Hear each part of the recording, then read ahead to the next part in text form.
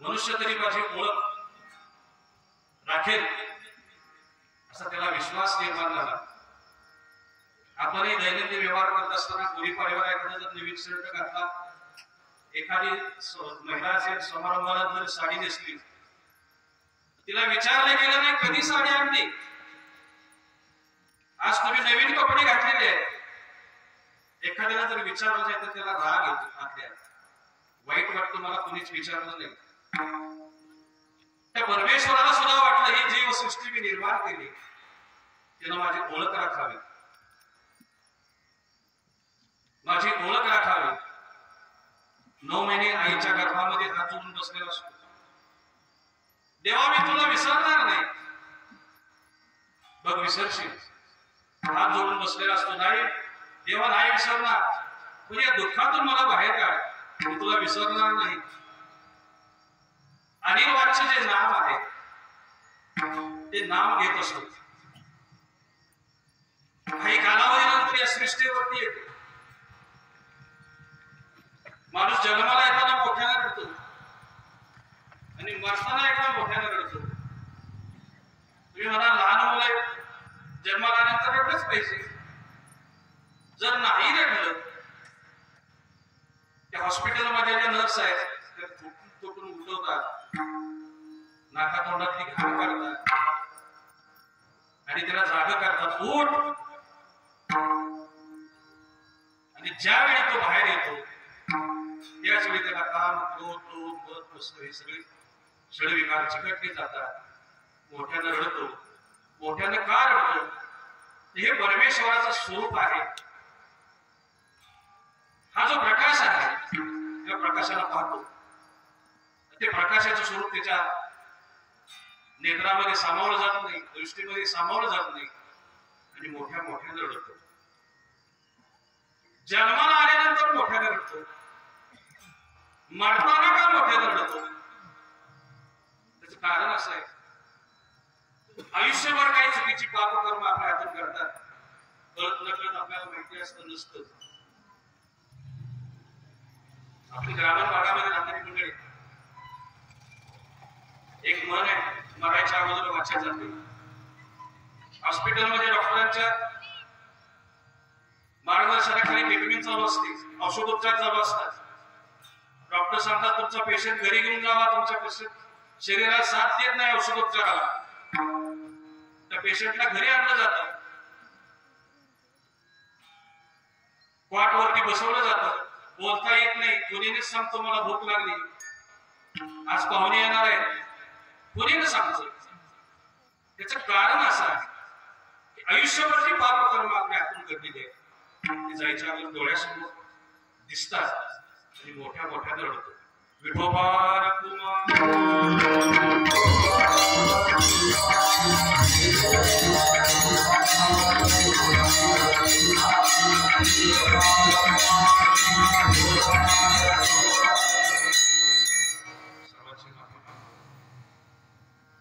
वास्करांच्या फळावरून पाणी पिणं, गोड खाणं हे नसतं. उन्हाचे दिवस आहेत, मोठ्यानं रडतो. मी तुला विसरणार नाही. लहानाचा मोठा होतो, त्याला संसाराचे संस्कार आपण लहानापासून त्या बाळाला देत असतो. सातारचा बाजार असावा, शुक्रवारचा आपल्या गावचा बाजार असावा, ती लहान बाळ आईजवळ हात टिपवला करत, तुला बाजारातल्या काहीतरी घेऊन ये. ती आई बाजारात जाते, त्या लहान मुलीला काय खेळणार घेऊन? भांडी कुंडीचे खेळणार, छोटा गॅस असेल, लाटणं असेल, पोळपाट असेल. त्यावेळापासून संस्कार केले जातो, तुला संसार करायचे, तुला संसार करायचे आणि या संसारातून तुला सुख मिळवायचे. मुळात संसारामध्ये सुख नाही. जर संसारामध्ये सुख नाही तर सकल संतांनी सुद्धा संसार केला आणि आपण सुद्धा संसार करतो. जगद्गुरु तुकोबराय असतील, संत एकनाथ महाराज असतील, सकल संत असतील, त्यांनी संसार केला, त्यांच्या संसारामध्ये त्यांना देव भेटला. आपल्याला का आपल्या संसारामध्ये देव भेटत नाही? त्यांच्या देवाच्या कल्पना वेगळ्या, त्यांच्या देवाची व्याख्या वेगळी, आपल्या देवाच्या संदर्भातल्या व्याख्या वेगळ्या, आपली देवाची कल्पना वेगळी. देव आपल्याला कधी आठवतो? साहेबराव महाराज आमचे नेहमी जातात, भजन झाल्यावर कीर्तन झाल्यावर रात्री 12 वाजून 1 वाजून अमावस्याची रात्र असोय, नदीजवळ गेल्यानंतर कोणीतरी सांगतं पुराजवळ होत आहे. नाही बरं का साहेबराव,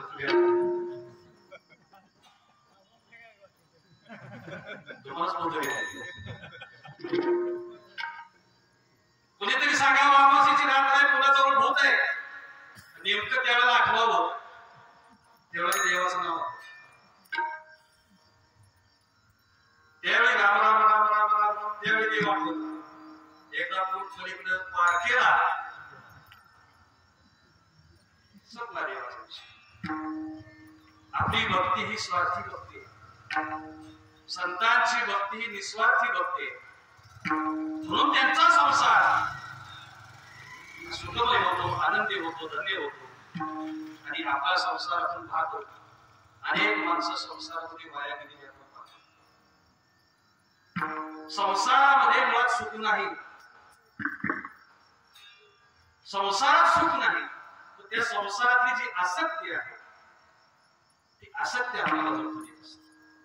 आयुष्य गेलं तरी आपल्याला ते कळत नाही. गुढीपाडव्याने एका 42 इंची टीव्ही आला, जुना टीव्ही रिप्लेस केला, नवीन टीव्ही आणला. किती आनंद व्हावा, किती आनंद व्हावा.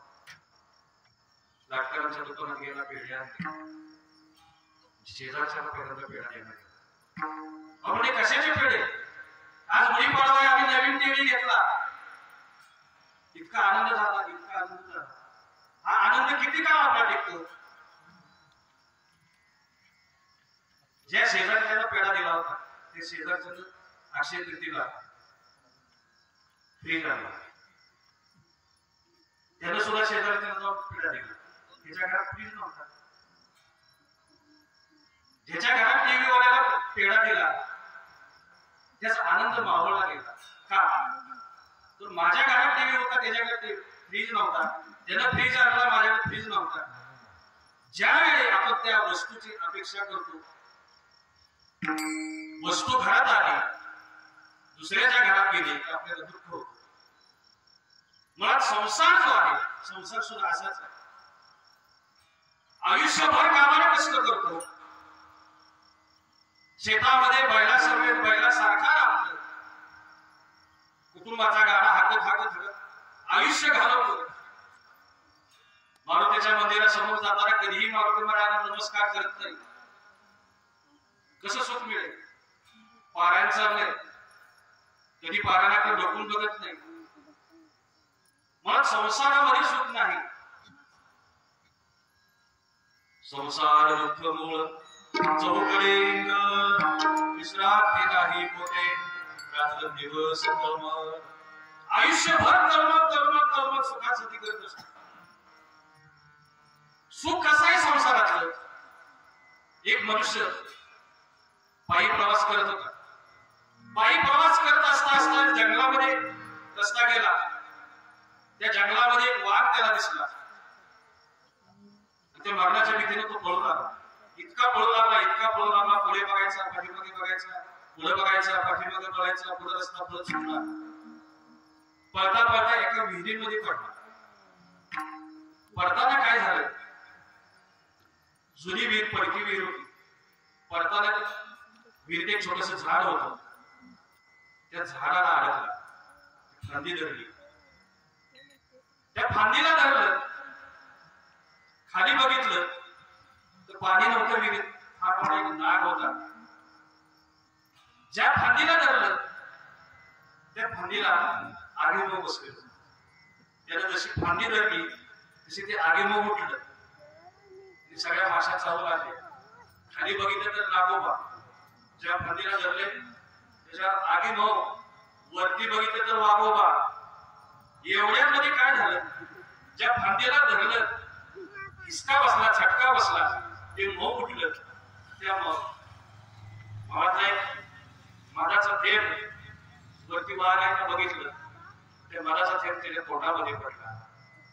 इतकं सुख वाटलं, इतकं बरं वाटलं, इतकं बरं वाटलं. किती वेळ? मधाचा थेंब जोपर्यंत तोंडात आहे तोपर्यंत. संसारातलं सुख फार काळ टिकत नाही. संसारातलं जर आपलं सुख फार काळ टिकत नाही. जगद्गुरु तुकोबारांच्या काही भाविक मंडळी गेली. त्यांनी तुकोबारांना विचारलं, तुकोबाराय, तुम्ही संसार करताय, आम्ही संसार करतोय, तुम्ही इतके आनंदी कसे राहतात? आम्हाला सुद्धा सुख पाहिजे. जगद्गुरु तुकोबारांनी त्यांना सांगितलं, तुम्हाला जर सुख पाहिजे असेल, शाश्वत सुख पाहिजे असेल, तर तुम्हाला त्याचे स्मरण करावं लागेल.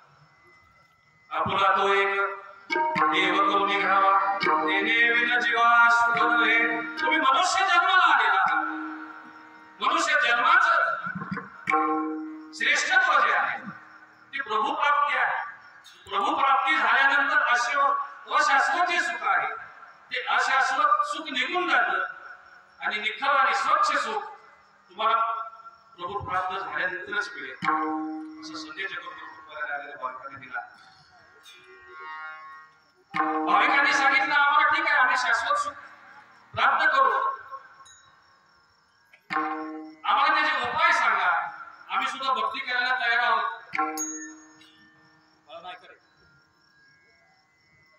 आम्ही सुद्धा भक्ती करायला तयार आहोत. आम्ही का भक्ती करावी? तर आमच्या संसारामध्ये सुद्धा आम्हाला सुख मिळावं, पुन्हा आम्ही भक्ती करू.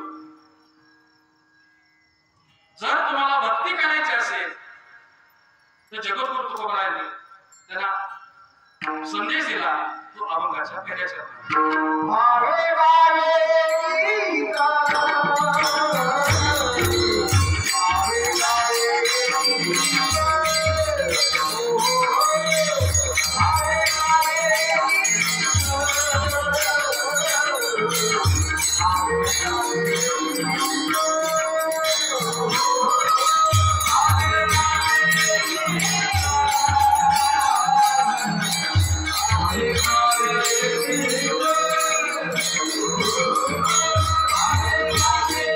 Yeah.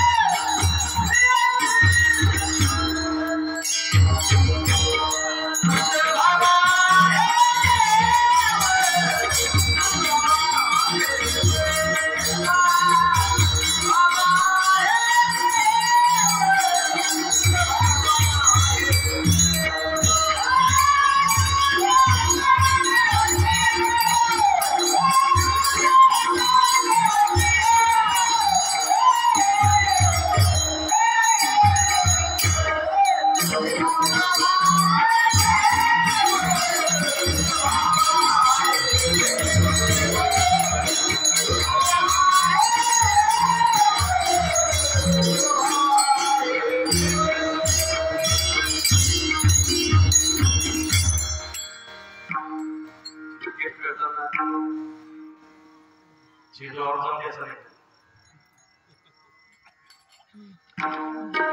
जगद्गुरु तुकोबांनी येणाऱ्या भाविकांना संदेश दिला, तुम्हाला जर सुख पाहिजे असेल, भावे गावे गीत शुद्ध करून या चित्त, तुमचं चित्त जे आहे ते शुद्ध झालं पाहिजे. ते चित्त शुद्ध झाल्यानंतर तुम्ही भावानं, तुमचा जो देवाविषयी भाव आहे, जे शिव श्रद्धा आहे, जी निष्ठा आहे, त्या भावनेने देवाचं नाव घेतलं पाहिजे. तुम्हाला निश्चित सुख मिळेल. जगद्गुरु तुकोबांचा भाव आहे अतिशय उच्चतर प्रतीचा भाव होता. सकल संतांनी भजन केलं आणि आपणही भजन करू. आपल्याला सुख मिळत नाही, सकल संतांना सुख मिळालं. आपलं भजन हे वेगळंच. रात्री 11 वाजता सुरू होतं, सगळं गाव झोपावं, आमचा नारायणराजेंचा स्पीकर असावा, रातभर गावाला झोपून येत. एवढ्या मोठ्या मोठ्याने जेवढी ओरडतात, ते अभंग गायन करताना सुद्धा, अभंग उच्चार करताना सुद्धा ज्ञानेश्वर महाराजांनी ज्ञानेश्वरीमध्ये त्याचं वर्णन केलेलं आहे. ज्ञानेश्वरीचं वाचन करताना सुद्धा किती मृदू आवाजात वाचन करावं, देवाचं नाव घेताना सुद्धा किती शांततेत घ्यावं, किती मोठ्यानं घ्यावं, किती रागानं घ्यावं, किती प्रेमानं घ्यावं. एका एका अक्षरात आहे माझा रमाकांत. रमाकांत हे देवाचं नाव आहे. जर देवाचं नाव प्रत्येक शब्दात असेल, आपण देवाला मोठ्यानं जर हाक मारत असू, घेऊन विद्यार्थी उभे मुलं उभे, त्यांना म्हणलं, हे पोरा कसा टाळा वाजवतोयस, कसं वाटेल? बाळा छान टाळा वाजवते, चुकू दे, वाजव, शिकत शिकत येईल, मोठा होशील, परमार्थ करशील. किती छान वाटतं बोलतात. देवाला आपण कशा भावाला हाक मारतो? आपला जर भाव शुद्ध असेल तर निश्चितच सुद्धा आपल्याला सुख मिळणार आहे. प्रभू रामचंद्रांचं नाम प्रत्येक क्षणाला हनुमंतरायांच्या मुखामध्ये होतं. प्रत्येक क्षण हा हनुमंतरायांच्या मुखाचा रामशिवाय करता. किती निष्ठा मारुतरायांची प्रभू रामचंद्रांच्या होती. एकदा सीताबाई स्नान झाल्यानंतर सिंदूर लावत होत्या, कुंकू लावत होत्या. कुंकूला सिंदूर म्हणतात.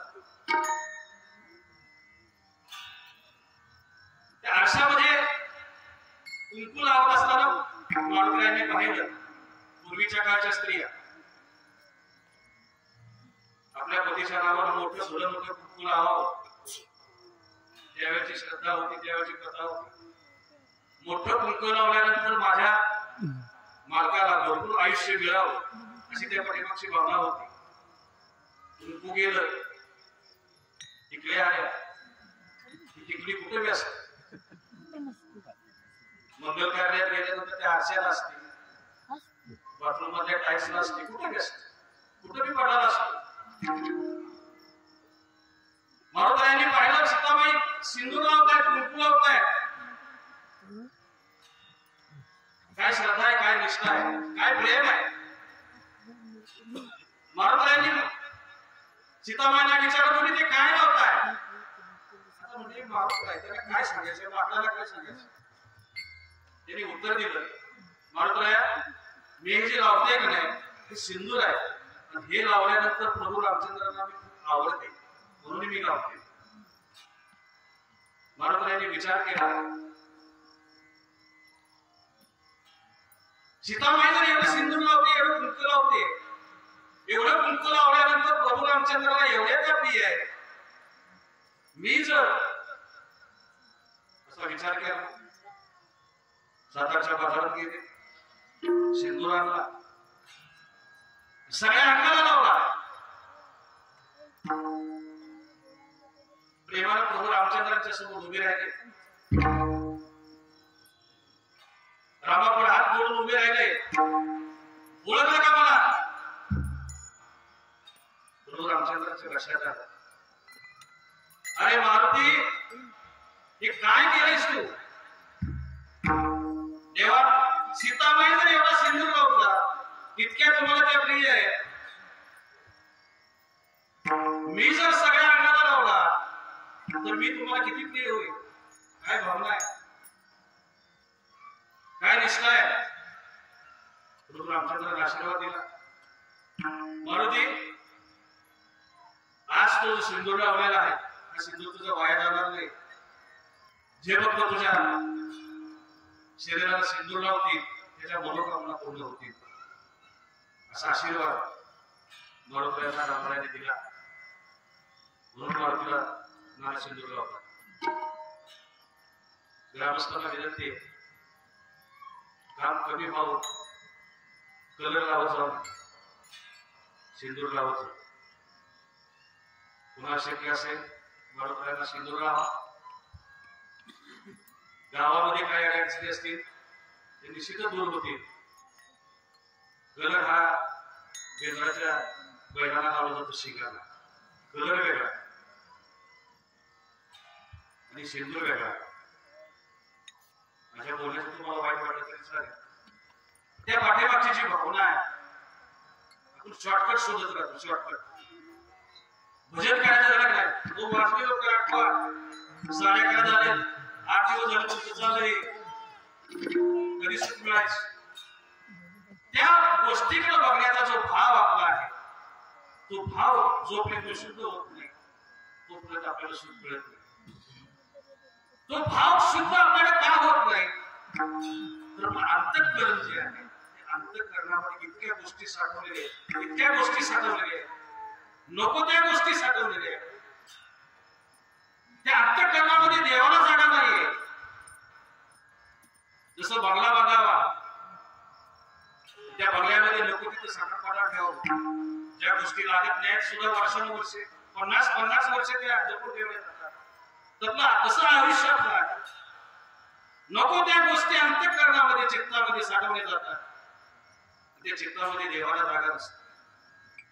जोपर्यंत चित्त शुद्ध होत नाही तोपर्यंत आपला भाव सुद्धा जागृत होत नाही. जोपर्यंत आपलं चित्त निर्मळ होत नाही तोपर्यंत आपलं भजन सुद्धा शुद्ध भावाला गायला जाणार नाही. भजन याचा अर्थ नामस्मरण. आपल्याला कल्पना असते भजन याचा अर्थ टाळ घेणं, पखवाज घेणं, विना घेणं आणि रात्रभर अभंग म्हणणं, हा भजनातला प्रकार आहे. भजन हा शब्द या ठिकाणी तुकोबरांनी घातलेला आहे. भजन मध्ये सतत नामस्मरण. तुम्हाला जर सतत नामस्मरण करायचं असेल, तुमचं चित्त जर शुद्ध असेल, तुमचा भाव जर शुद्ध असेल, तुम्हाला निश्चितच सुख मिळेल. भावे भावे गीत शुद्ध करून या चित्त, चित्त शुद्ध झाल्यानंतर तुमचा भाव जर त्या देवाविषयी झालाच पाहिजे, असं तुकोबरांचा अनुभव आहे. अनुभव या रेंगा या जगा तसे भावे गावे गीत करून या शुद्ध करून या चित्त. हे झाल्यानंतर काय होईल? आपण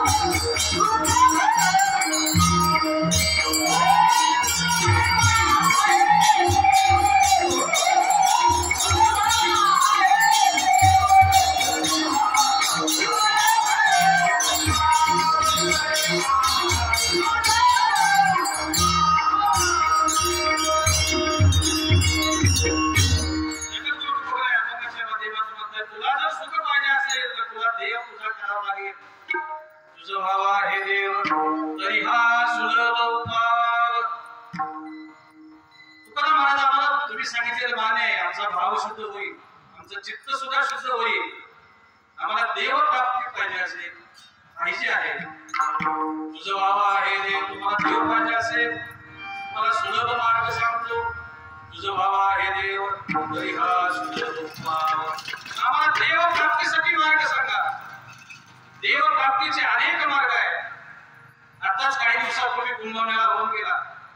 आपल्या गावातील अनेक लोक कुंभमेळ्यासाठी गेले असतील, नसले गेले तरी पूर्वी काही माहिती असेल, फेसबुक वरती, व्हॉट्सअप वरती, टीव्ही वरती माहिती बघितली असेल. अनेक वर्षाचे साधू या कुंभमेळ्यामध्ये सहभागी होतात. आपण जी कल्पना सुद्धा करू शकत नाही असे साधू महात्मे, तपस्वी साधू महात्मे त्या ठिकाणी कुंभमेळ्यासाठी येतात. 150 वर्षाचे साधू, 200 वर्षाचे साधू त्या कुंभमेळ्यामध्ये सहभागी होतात. तुम्ही म्हणाल काय नाही कीर्तनात सांगायला लागला, कसं काय? 100 वर्षाचा आहे माणूस सुद्धा आपल्या चिंचणीमध्ये बघायला मिळणार नाही. तुम्ही सांगताय 150 वर्षाचा, 200 वर्षाचा, कसं शक्य आहे? आहे, शक्य आहे. साधनेच्या जोरावरती साधना केल्यानंतर, तपश्चर्या केल्यानंतर ते शक्य असतं. तीही कल्पना आपली आध्यात्मिक उंची इथपर्यंत नसल्यामुळे ते आपल्याला गोष्ट पडत नाही. आम्हाला देव प्राप्तीसाठी सोपा मार्ग सांगा. आम्ही संसारी आहोत, आम्ही ग्रस्ती आहोत, आम्हाला संसार सोडता येणार नाही. जगद्गुरु तुकोबांनी सांगितलं, तुम्हाला जर सुख पाहिजे असेल, यारे यारे लाल फूल याती बलती नारी करावा विचार नलगे चिंता, कोणी चिंता करू नका. सकळाशी येथे आहे अधिकार कलियुगी उद्धार हरीच्या नामे. या कलियुग युगामध्ये तुम्हाला जर सुख पाहिजे असेल तर परमेश्वराचं नाम घ्यावं लागेल, भजन करावं लागेल. हा सगळ्यात सोपा उपाय आहे. ठीक आहे, आम्ही भजन करू. अनेक पंथ आहेत, त्या पंथाचे ग्रंथ आहेत, त्या पंथाचे साधू आहेत, वेगवेगळे मार्ग आहेत. पण हे सगळे मार्ग एकाच ठिकाणी जातात. वेगवेगळ्या धर्माची शिकवणी वेगळी आहे, त्यांच्या देवाबद्दलच्या कल्पना वेगळ्या आहेत, त्यांचं वाङ्मय वेगळं आहे. आम्ही वारकरी पंथामध्ये, आम्ही ग्रस्ती आहोत. आम्हाला काहीतरी सांगा. रामकृष्ण हरी विठ्ठल केशवा मंत्र हा जपावा सर्व काळ. वारकरी संतांनी रामकृष्ण हरी विठ्ठल केशवा हा सगळ्यात सोपा मार्ग सांगितला. याच मंत्रात कलियुगी उद्धार हरीच्या नामे रामकृष्ण हरी म्हणा. कामामध्ये का दुःखी म्हणा राम नाम. कामामध्ये आपण कामात म्हणतच नाही, नुसतं काम करतो, हाताने काम करतो, पण मुखामध्ये नको ते बोलत असतो, नको ते बोलत असतो. कधी आपल्याला सुख प्राप्त होणार? जगद्गुरु तुकोबांनी हा सोपा मंत्र सांगितला, पण हा सोपा मंत्र कधी आपल्या माणसाला मान्य नाही. अभंगाचं तिसरं चरण.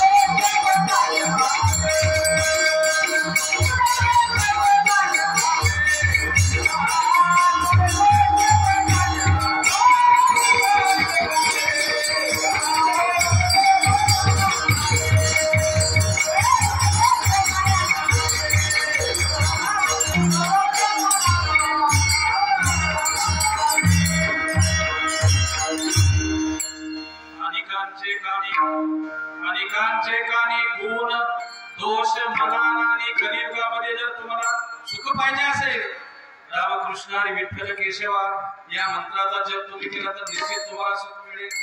आमचा सुद्धा त्यावरती विश्वास नाही. वारकरी संप्रदायात काम करणाऱ्या लोकांचा सुद्धा त्यामध्ये कितपत विश्वास आहे हा संशोधनाचा विषय.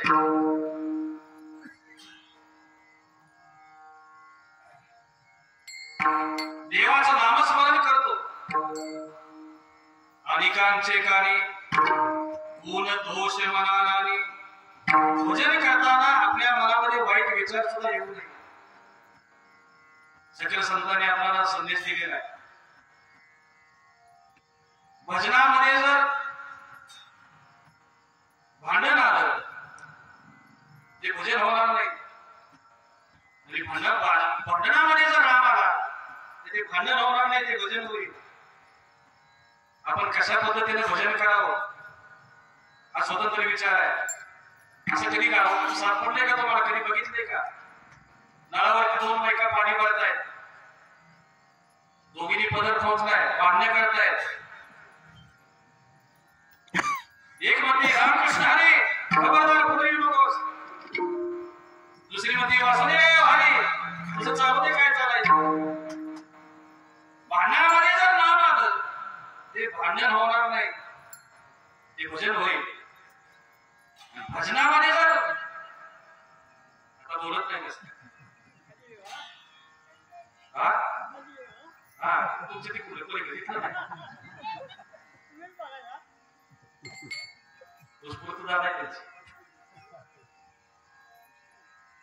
सगळा मस्तर आमच्या गावाचा आदर्श गती तर आम्ही पाहायला सुरू केलं. आमच्या गावात काय सांगितलं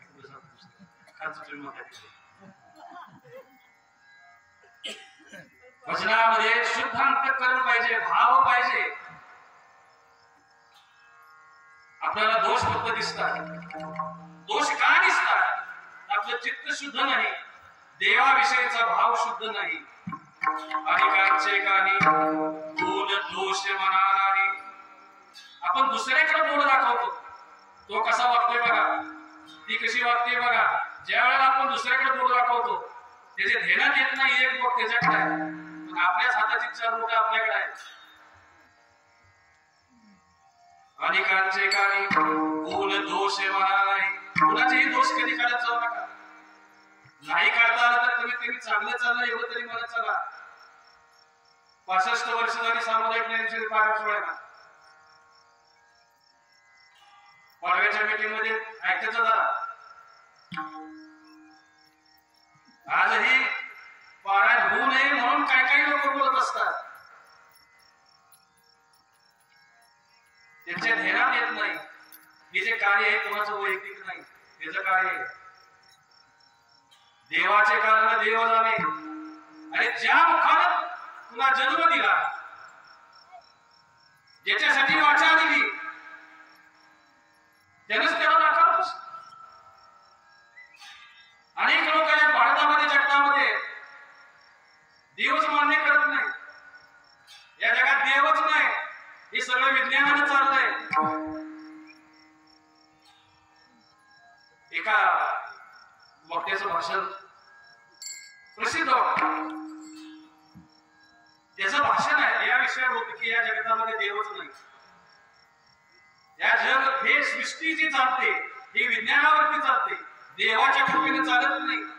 ज्या देवानं तुला चाले हे शरीर, कोणाचे सत्य कोण बोलविते हरवीन.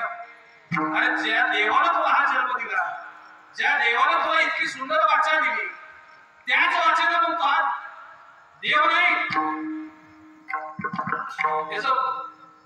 त्या व्याख्यानाचं व्याख्यान इतकं सुंदर रंगलं, इतकं सुंदर रंगलं. 2 तास तो बिचारा बोलत होता की या जगतामध्ये देवच नाही. ते व्याख्यान झाल्यानंतर एक आजीबाई त्याला भेटले. तुमचं आम्हाला व्याख्यान पडलं, तुम्ही ते सांगितलं ते आम्हाला पडलं. या जगात देव नाहीच. इतकं सुंदर त्याला पाठवून दिलं, इतकं सुंदर पाठवून दिलं. त्या आजीने एक प्रश्न विचारला, तुम्ही इतकं सुंदर कसं काय बोलू शकता? खरं देव जगात नाही, इतकं सुंदर कसं बोलता? त्याने छान उत्तर दिलं की मला देवाचीच कृपा आहे. त्याचाही विश्वास नाही या जगात देव आहे. ज्यानं वाचा दिलेली आहे त्या वाचेनं आपण पाहिजे. आपल्याला सतत दोष दिसतात, आपलं चित्त शुद्ध नाही, आपला भाव शुद्ध नाही, म्हणून आपल्याला सगळ्या गोष्टी विश्वास बसत नाही. आणि कांचे कानी गुण दोष मानाने. तुम्हाला विश्वास जर बसायचा असेल तर जगद्गुरु तुकोबांनी अभंगाच्या पुढच्या चरणामध्ये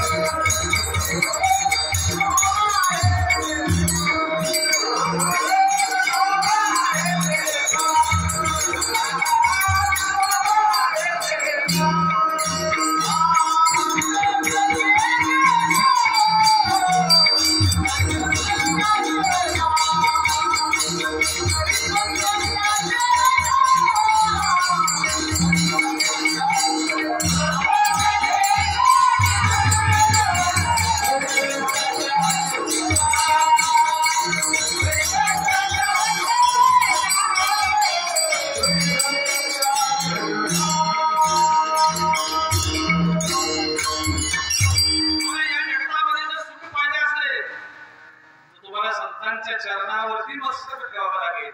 मस्तक ठेवणा तरी संतांच्या चरणा. विमानामध्ये आपल्याला अनेकांना हात जोडावे लागतात.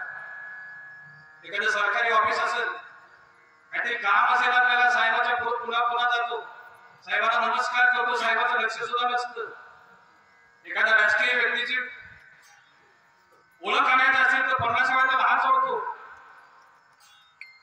तुम्हाला जगद्गुरु तुकोबांना सुख पाहिजे असेल ते संतांच्या चरणावरती तुम्हाला मस्तक ठेवावं लागेल.